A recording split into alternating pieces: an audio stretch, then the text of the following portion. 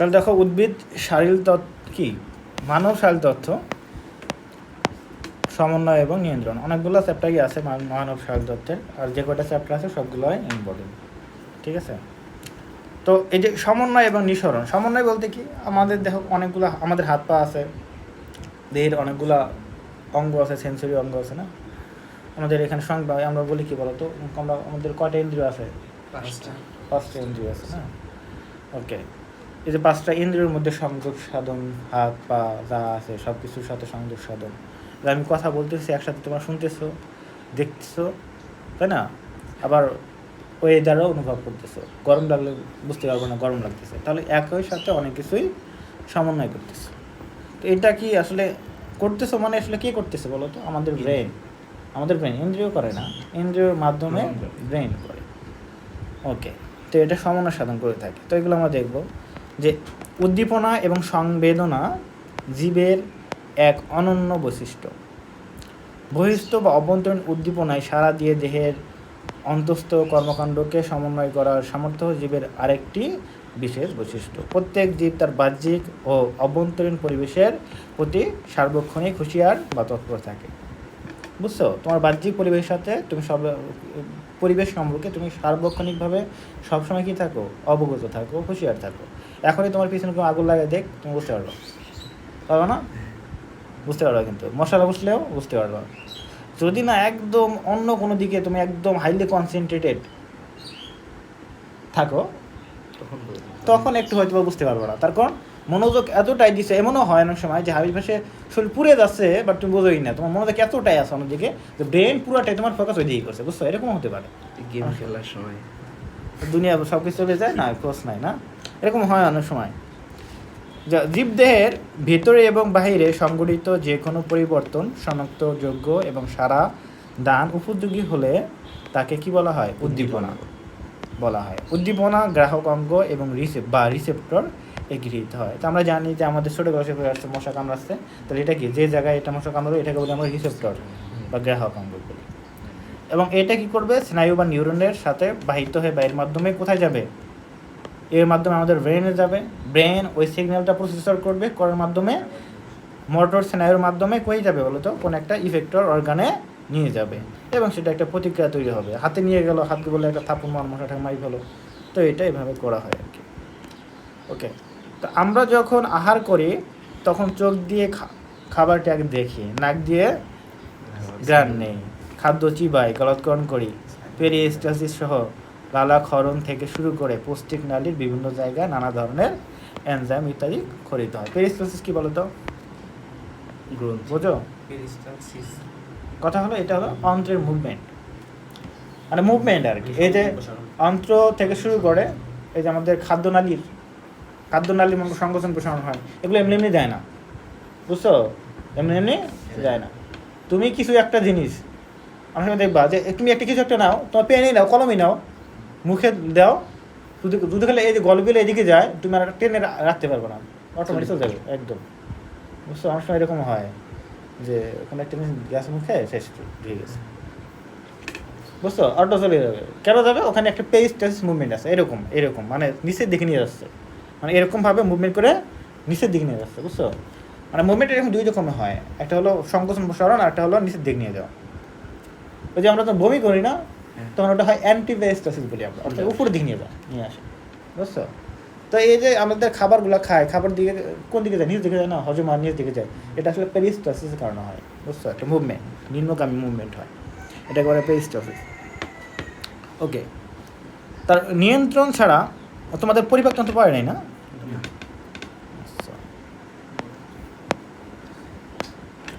তবে নিয়ন্ত্রণ ছাড়া এমন কর্মযোগ্য সম্পন্ন হতে পারে না।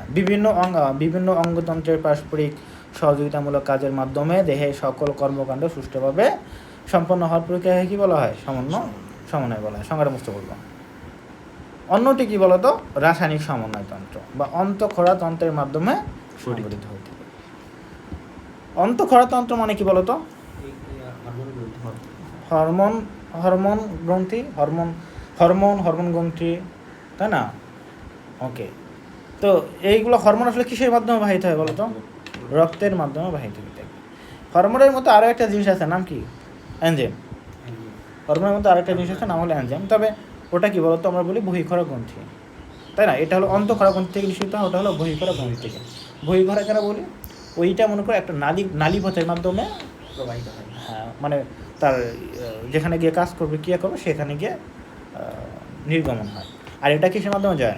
রক্তের মাধ্যমে দেহের দূরে দূরে যায়। আর এটা মেনলি এনজাইম মেনলি যেখান থেকে খরিত হয় তার আশেপাশে কাজ করে। কিন্তু হরমোন খরিত হয় এক জায়গায়, কাজ করে অনেক দূরবর্তী অঞ্চলে কাজ করে। কাজও করতে পারে, তবে দূরবর্তী অঞ্চলে বেশি কাজ করে থাকে, ব্লাডের মাধ্যমে যায়। ওকে,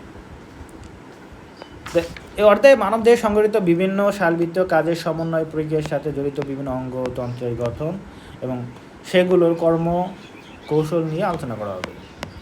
অঙ্গ বলতে কী কী অঙ্গ নিয়ে আলোচনা করা হবে এখানে? সব কিছু তো আছে, আমাদের শরীরের সকল ধরনের অঙ্গের সমন্বয় সাধারণত আমাদের দরকার এবং করে থাকে ব্রেন। তো এখানে আমরা আসলে কিছু অঙ্গ নিয়ে পড়বে, স্পেসিফিক কোনো কিছু অঙ্গের গঠন, কর্ম, কাঠামো নিয়ে পড়বো। সেগুলো কি? ব্রেন, তারপরে স্নায়ুতন্ত্র, কি চোখ এবং কান, এই কটা জিনিসটা পড়তে হবে। আর কিছু গ্রন্থি নিয়ে পড়বে, কারণ গ্রন্থি থেকে কী খরিত হয় বলো তো? হরমোন। তো হরমোনের নামগুলো মুখস্থ করতে হবে, একদম অনেক আছে, অনেকটা বড় টপিক আছে ওইদিকে। তো স্নায়বিক সমন্বয়, দুই ধরনের সমন্বয় দেখলাম, একটা হলো রাসায়নিক সমন্বয়, একটা হলো স্নায়বিক সমন্বয়। তো স্নায়বিক সমন্বয় তোমরা ছোটো ক্লাস থেকে পড়ে আসছো, এগুলো জানো।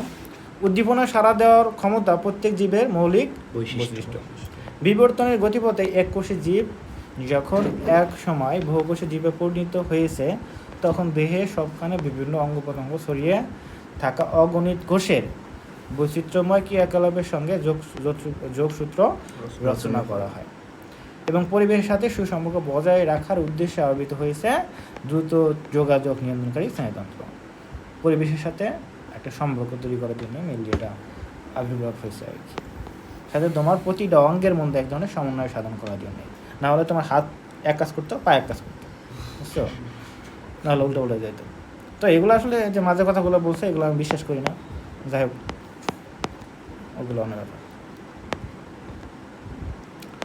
সৃষ্টিকর্তা যাকে এক কোষী বানাইছে সে এক কোষী জীবী, যে বহুকোষী বানাইছে যাকে সে বহুকোষী জীবী।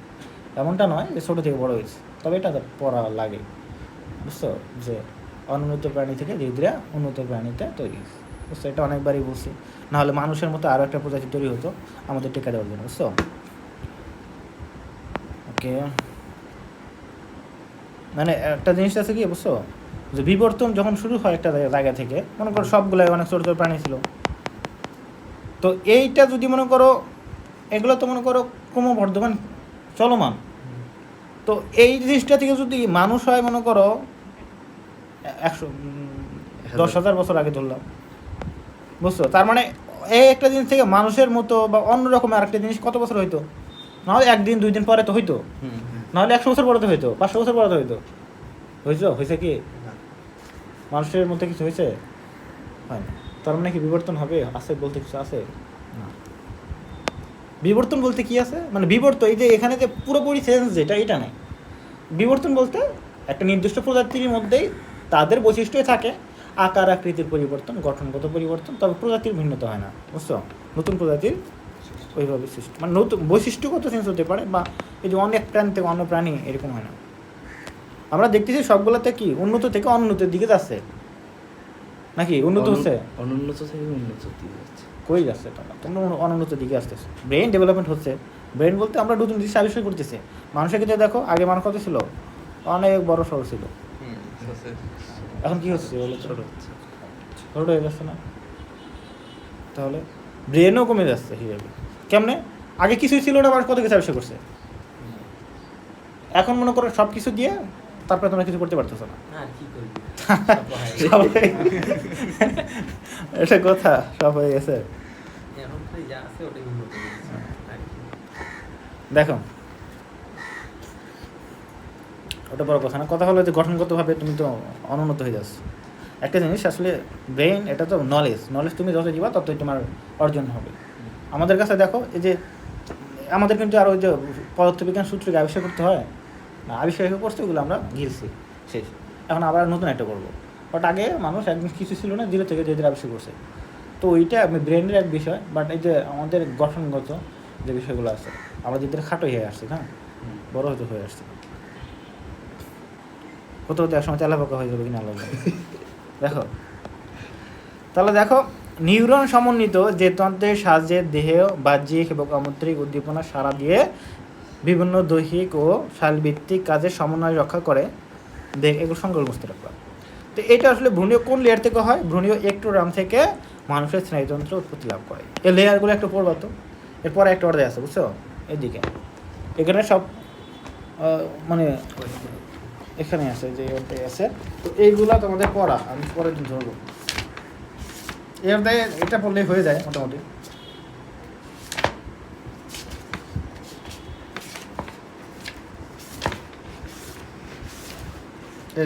এটা পড়বা, তিনটি ভ্রূণীয় স্তরে পরিণত, কোনটা থেকে কী কী তৈরি হয়।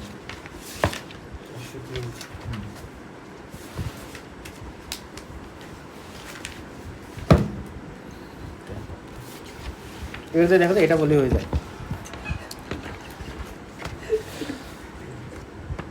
এইডস, হ্যাঁ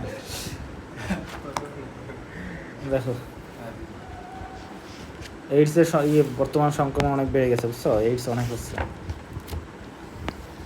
দেখো, স্নায়ুতন্ত্রের কাজ কী কী কাজ? উদ্দীপনায় সাড়া প্রদান, তারপরে হলো কাজের মধ্যে সমন্বয় সাধন। এইডস হলে এই যে মোটা আছো না, এরকম শুনে হয়ে যাবে, বুঝছো?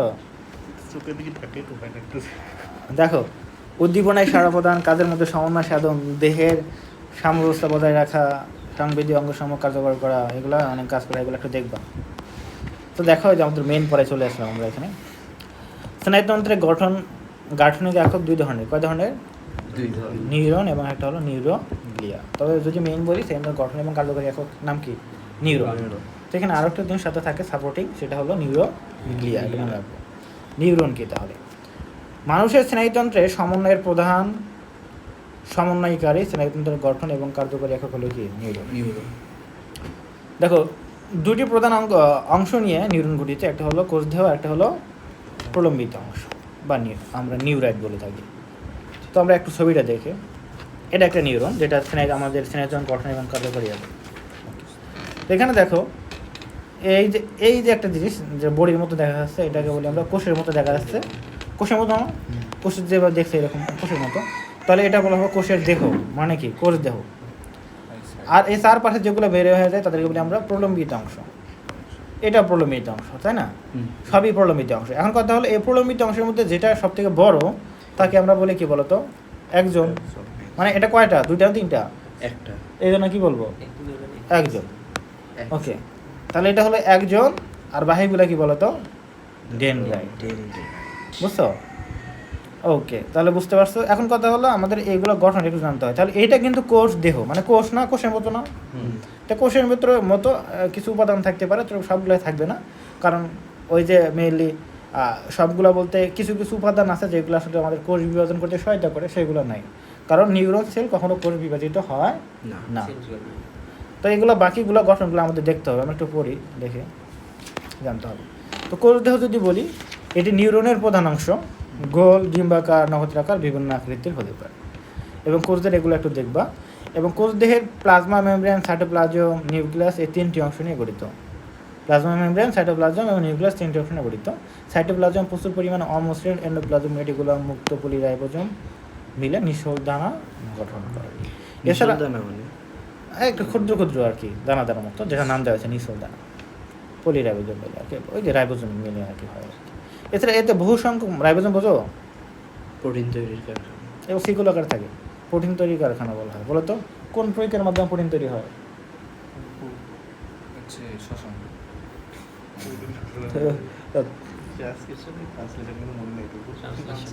ট্রান্সলেশন। ওকে, দেখো, গোলগি বডি এবং গুচ্ছবদ্ধ নিউরোফিলামেন্ট সহ অন্যান্য পদার্থ থাকে। ওকে, এখানে কি থাকবে? সেন্ট্রোজোম থাকবে না, তাহলে কি বিভাজন হবে? প্রলম্বিত অংশ বা নিউরাইট। কোষদেহ থেকে বহির্গত শাখা প্রশাখা কি বলা হয়? প্রলম্বিত অংশ বলা হয়। বুঝছো? এটি দুই ধরনের, একটা হলো ডেনড্রাইট, একটা কি? একজন। যেটা একটা আছে তাকে বলবো একজন, আর বাকিগুলোকে বলবো আমরা ডেনড্রাইট। তো ডেনড্রাইটের মধ্যে যদি দেখি আমরা কোষদেহের চারদিকে থেকে সৃষ্ট শাখান্বিত কিছু ক্ষুদ্রগত প্রলামিত অংশকে ডেনড্রাইট বলা হয়ে থাকে। ওকে, এগুলো কি করবে বলো তো? উদ্দীপনা গ্রহণ করবে। চারিপাশে থেকে অনেক অনেক কি থাকে, এখানে একজন থাকে, তাই না? চারিপাশে অনেক অনেক একজন থাকে, এই একজনগুলো থেকে সংবিধান নিয়ে এই গ্রহণ করে, ঠিক আছে? এই যে মানে কোষ দেহে গ্রহণ করে এইগুলা, বুঝছো? এখান থেকে চারিপাশ থেকে বিভিন্ন তথ্য নিয়ে এই তারের মাধ্যমে নিয়ে আসে কোষ দেহে, বুঝছো? ওকে, নিয়ে কোষ দেহে পৌঁছে দেয়। ডেনড্রাইটের মধ্যে রাইবোজোম, মসৃণ এগুলা, নিউরোফিলামেন্ট ইত্যাদি বিস্তৃত থাকে।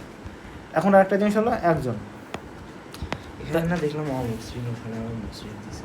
কোনটা? এই পাশে বললাম অমসৃণ, এখানে আবার মসৃণ। কোনটা? হ্যাঁ, কোথায় বলছে যে আরেকটা নাই, বলছে কি এটা?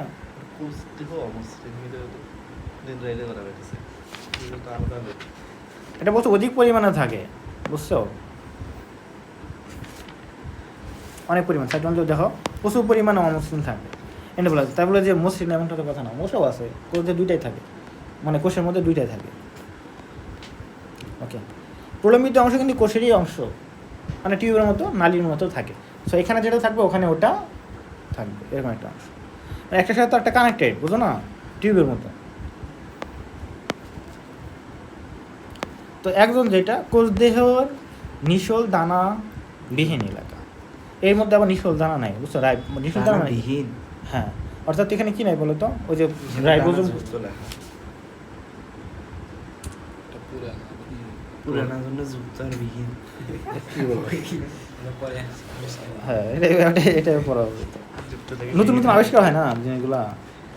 নিশল দানাবিহীন এলাকা থেকে যে দীর্ঘাকার নিউরাইট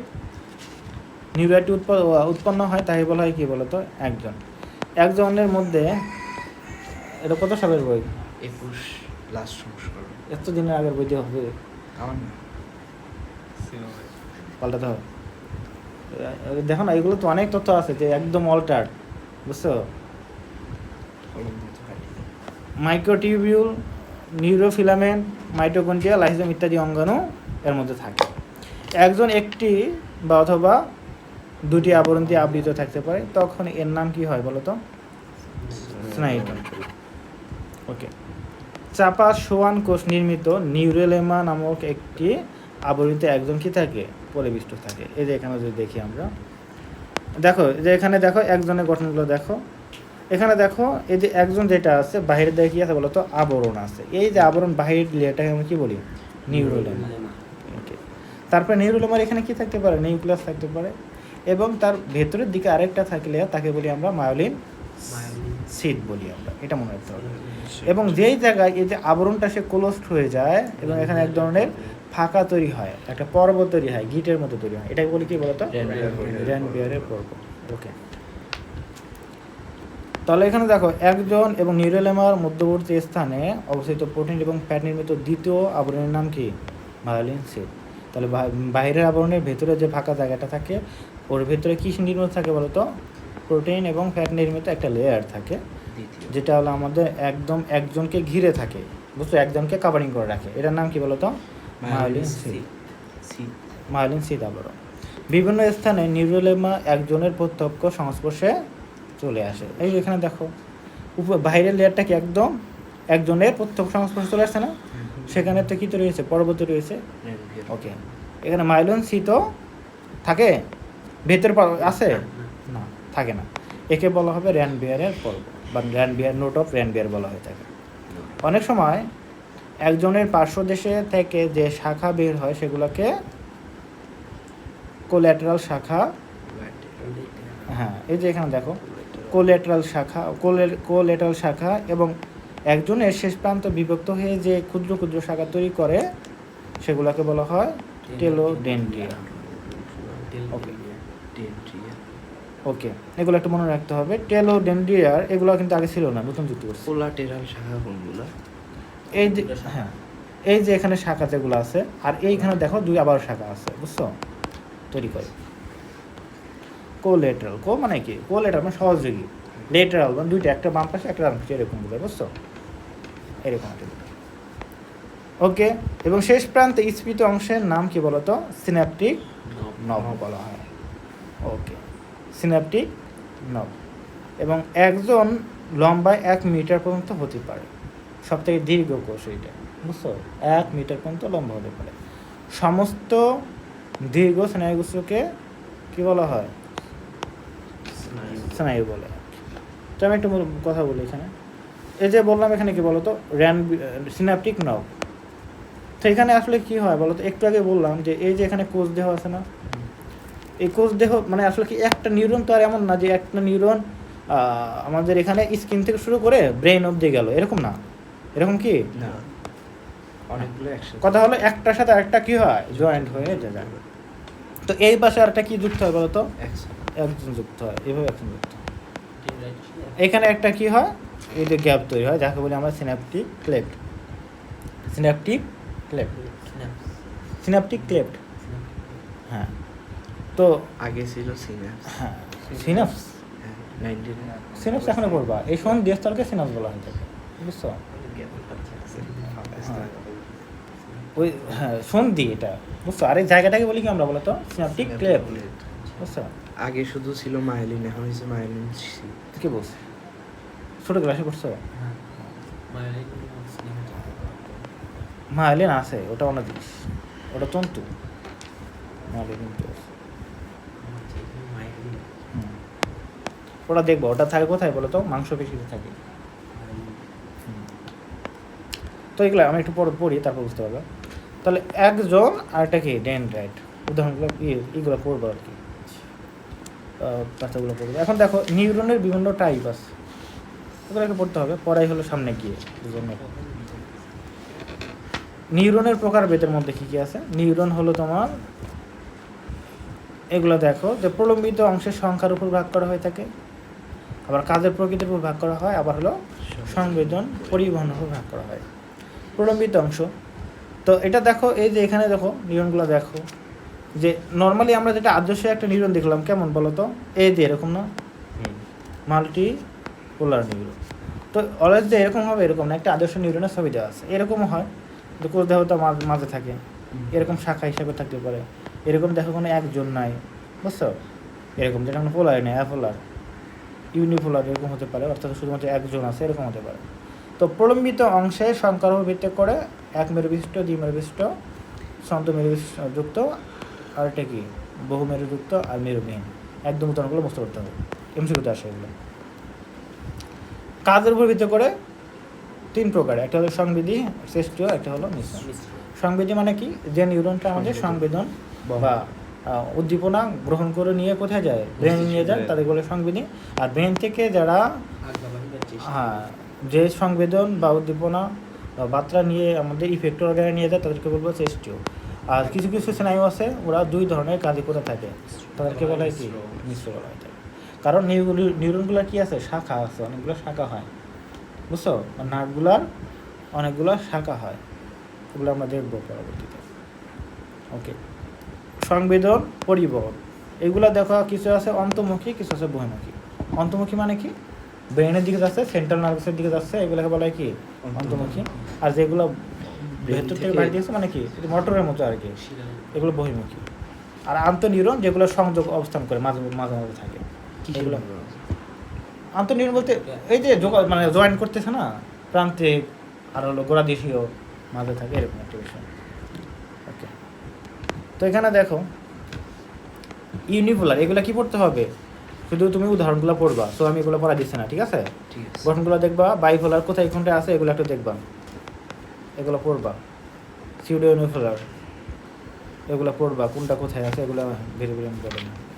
মাল্টিপোলার এগুলো দেখবা, অ্যাপোলার এগুলো দেখবা, এগুলো দেখবা, এগুলো পড়ানো কিছু না, এগুলো একটু দেখবা। নিউরোগ্লিয়া, তো বললাম যে আসলে আমাদের স্নায়ুতন্ত্রের গঠন এবং কাজে রাখা হলো নিউরন, পাশাপাশি আরেকটা জিনিস আছে যার নাম কি বলো তো, নিউরোগ্লিয়া।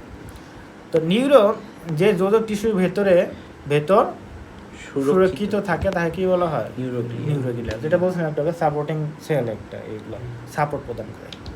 তো নিউরোগ্লিয়া হলো কি, নিউরোগ্লিয়া কখনো উদ্দীপ্ত হয় না। আকার, আয়তন এবং সংখ্যার উপর ভিত্তি করে নিউরোগ্লিয়া কোষগুলো কয় ভাগ করা হয়? 3 ভাগে ভাগ, 4 ভাগে। কটা দেওয়া আছে? আগের তুমি বাদ দাও, কথা বলবো। 4 ভাগে ভাগ করা হয়, বুঝছো? অ্যাস্ট্রোসাইট, অলিগোডেন্ড্রোসাইট, মাইক্রোগ্লিয়া, না ওই 2-3টা মেইন আর কি। আর এটা কি ইপেনডাইমা, বুঝছো? ওকে, যদি আমি ছন্দটা আমার আগের টাইম মনে আছে, ওটাই দিই। এটা একটু উদাহরণ বলে মনে রাখবা, ওটার জন্যই দিই। তো এটা কীভাবে মনে রাখবা? ও মা, বুঝছো? তাহলে ও কি মানে কি? অলিগোডেন্ড্রোসাইট, মাইক্রোগ্লিয়া, আর কি বলো তো? অ্যাস্ট্রোসাইট। এতে হলো অ্যাস্ট্রোসাইট। তাহলে ও মা দিয়ে মনে রাখবা। তাহলে নিউরোগ্লিয়া কয় ধরনের? 4 ধরনের। তো এর মধ্যে উদাহরণ আছে, ছন্দ দিলাম কয় ধরনের? 3 ধরনের। আরেকটা কি, এই যে ব্যতিক্রম। তাহলে অলিগোডেন্ড্রোসাইট, মাইক্রোগ্লিয়া, আর একটা হলো অ্যাস্ট্রোসাইট, আর এটা হলো ইপেনডাইমা। ওকে, তো এখানে এগুলো মনে রাখতে হবে। অ্যাস্ট্রো মানে কি বলতো? মানে কি তারা নিয়ে আলোচনা করে না? তো এখানে দেখো এই কোষগুলো তারাকার, বুঝছো? অ্যাস্ট্রোসাইট তারকাকার বা তারাকার। ওকে, তারকাকার এবং কেন্দ্র থেকে বিস্তৃত অসংখ্য সাইটোপ্লাজমিক অভিক্ষেপযুক্ত। অভিক্ষেপ দিয়ে এগুলো একদিকে রক্তজালিকা, অন্যদিকে নিউরনের সাথে যুক্ত থাকে। এরা নিউরনের পুষ্টি সরবরাহ করে। তাহলে অ্যাস্ট্রোসাইটের কাজ কি? পুষ্টি সরবরাহ করা নিউরনের, একটু মনে রাখতে হবে। আর কেমন গঠনটা এটাও দেখলাম। অলিগোডেন্ড্রোসাইট, এগুলো একটা দেখলা। এগুলো কি, এরা কী করে বলো তো? স্নায়ু রজ্জুর মায়োলিন আবরণ গঠন করে। শুধুমাত্র কাজটা মনে রাখতে হবে। তাহলে মায়োলিন আবরণ গ্রহণ করে এরা। মাইক্রোগ্লিয়া, এরা খুবই ছোট ছোট না? ক্ষুদ্র নিউরোগ্লিয়া কোনটি, যদি পরীক্ষা সেটা দিবা, বুঝছো? তো এগুলো মনে রাখবা। এরা কী করে? ফ্যাগোসাইটোসিস পরীক্ষায় জীবাণু ভক্ষণ করে। কোথায়? নিউরনের আশেপাশে। ওকে, ইপেনডাইমা আমরা একটু আগে একটু দেখবো, মানে দেখবো তোমাদের বই আছে, ওদিকে পড়বো। স্পাইনাল ফ্লুইড চেনো?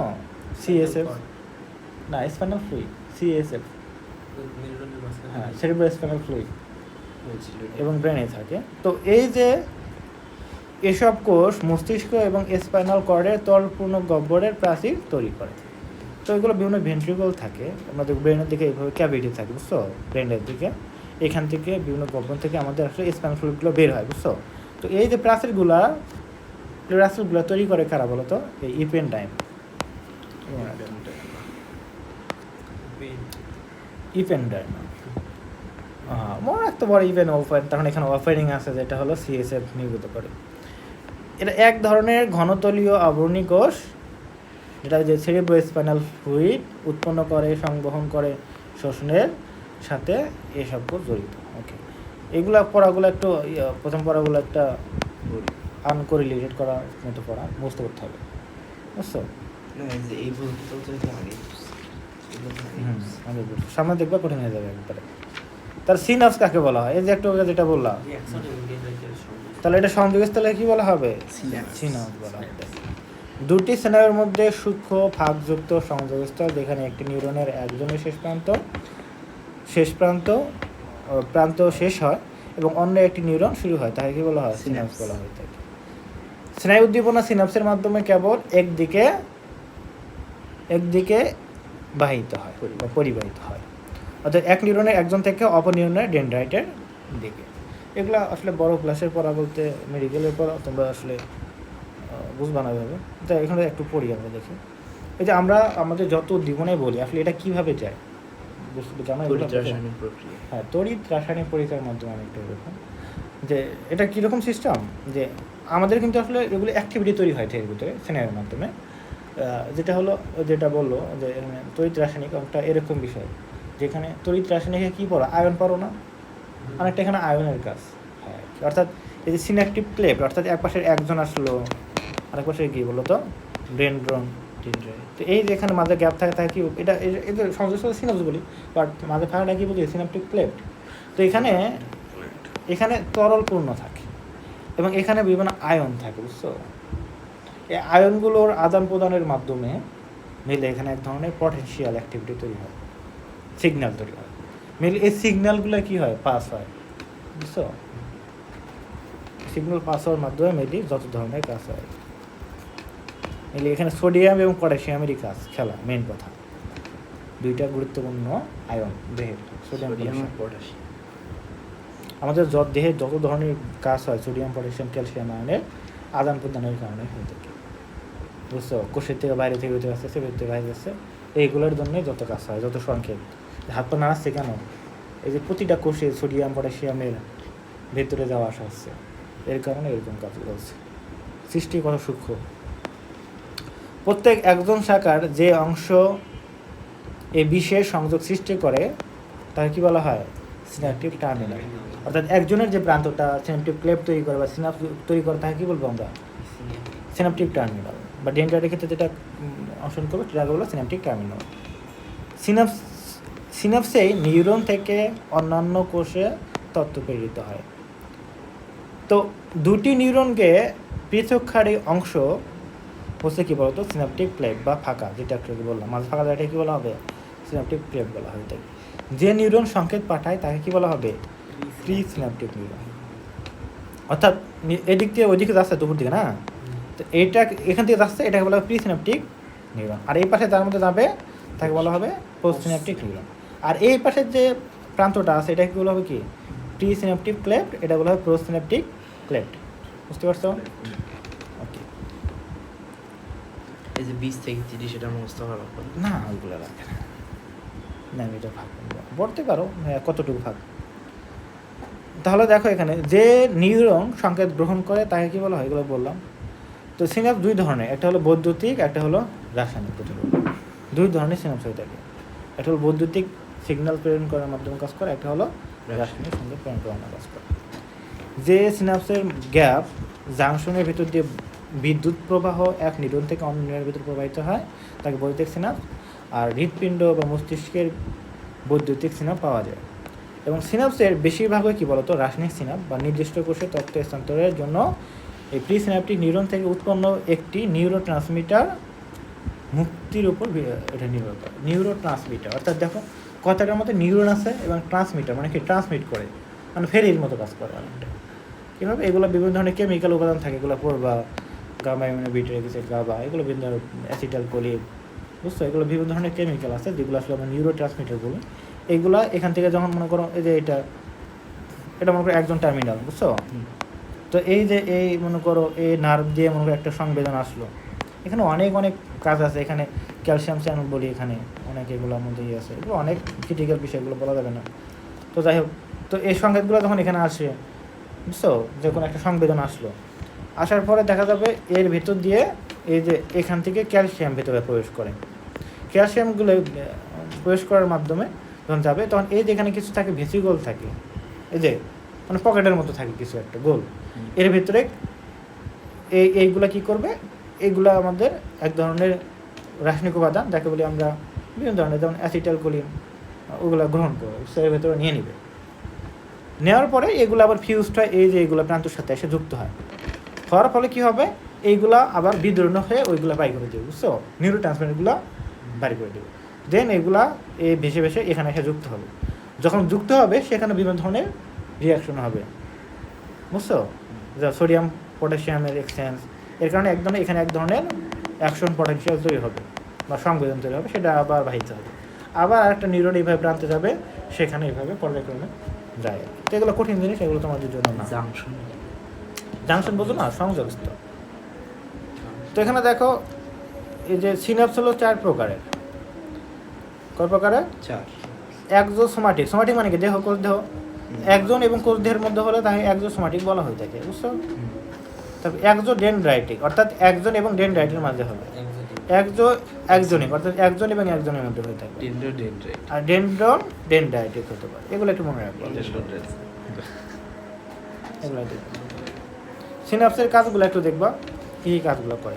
একটু আগে বললাম তো, ওই যে সংবেদন প্রেরণ করে এক পাশ থেকে আরেক পাশে, এগুলো একটু দেখবা এইগুলো। ওকে। তারপর দেখো নিউরন নিঃসৃত রাসায়নিক বস্তু, যেগুলো বললাম নিউরো ট্রান্সমিটার নিঃসরণ করে। ওকে, তো এগুলো একটু দেখবে, এগুলো হয়তো মুখস্থ পড়া। রাসায়নিক গঠনের ভিত্তিতে নিউরো ট্রান্সমিটার শ্রেণীবিভাগ একটা হলো অ্যামিনো অ্যাসিডের মধ্যে কী কী আছে এগুলো দেখবা, বায়োজেনিক এবং অ্যামাইন এগুলো কি দেখবা, যে অ্যাসিটাইলকোলিন, ডোপামিন বললাম, হিস্টামিন, এপিনেফ্রিন, নরএপিনেফ্রিন, সেরোটোনিন, এগুলো কিন্তু আবার হরমোন, বুঝছো? একর সাথে হরমোন আছে অনেকগুলো, হরমোনগুলো নিউরো ট্রান্সমিটার হিসেবে কাজ করে। স্ট্রেস, অ্যামাইন্স এগুলো মুছতে বললাম। সবগুলো মুছতে হবে। হ্যাঁ, এগুলো বোঝানোর না জন্য এগুলো পড়া দিচ্ছি।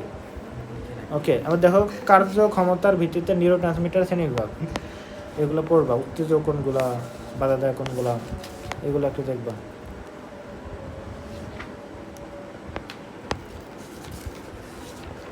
অ্যাসপার্টেট, গ্লুটামেট, সেরোটোনিন এগুলো উত্তেজক। বা দেখো gamma amino butyric acid, glycine, taurine, gamma amino butyric butyric acid উত্তেজক এবং হলো বাধাদায়ক, অর্থাৎ দুই ধরনের, এক্সাইটেটরি এবং ইনহিবিটরি নিউরোট্রান্সমিটার। এগুলোর মধ্যে যেগুলো আছে এগুলো মুছতে পারবা, পরীক্ষা আসে ইনস্টিটিউটে। ওকে, আরও দিব নিউরো হরমোন, নিউরো সিক্রেশন, এগুলো একটু দেখলাম। এগুলো তো বোঝানো কিছু না, এগুলো বোঝাতে হবে। এই যে জিনিসটা, যেটা একটু আগে বললাম, পটাশিয়াম এবং সোডিয়ামের কাজ, এই যেখানে ক্যালসিয়ামের কাজ, এগুলো বোঝাইতে হবে। তো মুছতে পারো, ওগুলো করো। একটা কি জানি অন্য অধ্যায় কি জানি ধরতেছিলেন।